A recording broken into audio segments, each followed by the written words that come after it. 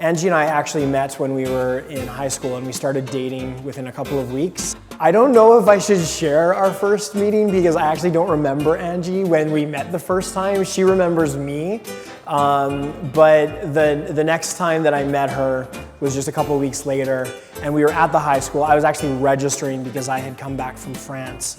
And so I was there for a year, and when I came back, I was at the office registering. One of her friends said, "James, do you remember Angie?" And I was like, of course I remember Angie, but I didn't. And so that's when we kind of met, but it was like, had a crush on her right away, and then I think 2 weeks later we were dating, and then the rest has been together. Angie and I both have experience in restaurants. I've worked as a line cook and I've worked in delivery. I was a bartender. Angie worked in catering and at a drive-in restaurant and these kinds of things.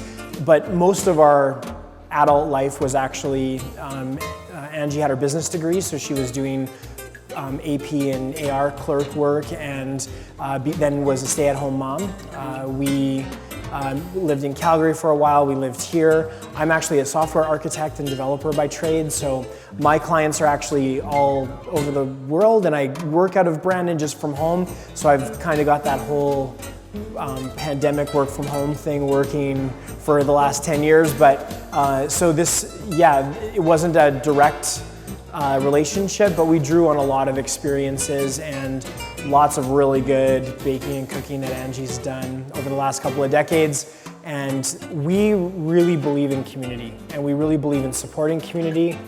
And when we've needed it, they've really supported us.